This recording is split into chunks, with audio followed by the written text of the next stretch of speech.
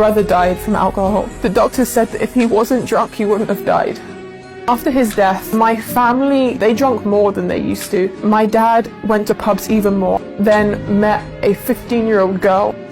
He ran away with a 15-year-old girl, and he left his entire family behind.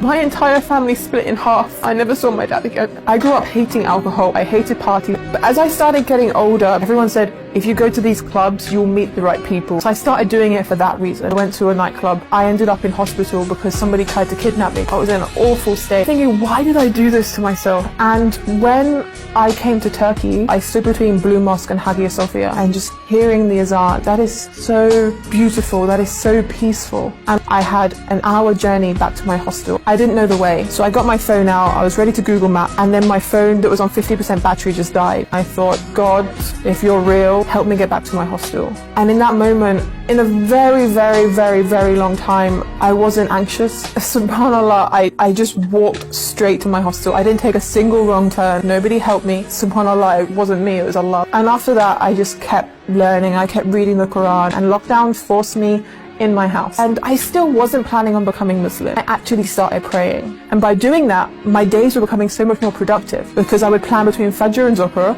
I would do this, and this. And then Ramadan came. I started doing Ramadan. I was fasting, I was praying, and between that, I was just learning about Islam. That was all I was doing with my time. Nothing in my life has given me this feeling. And because of that feeling, that's when I started taking it seriously. And I started going, this is from God, because only God can give me that contentment. I cried the entire night I became Muslim. I did it over and over again because I was worried that I was doing it wrong. I'd take a breath and then I'd try again, then I'd start crying.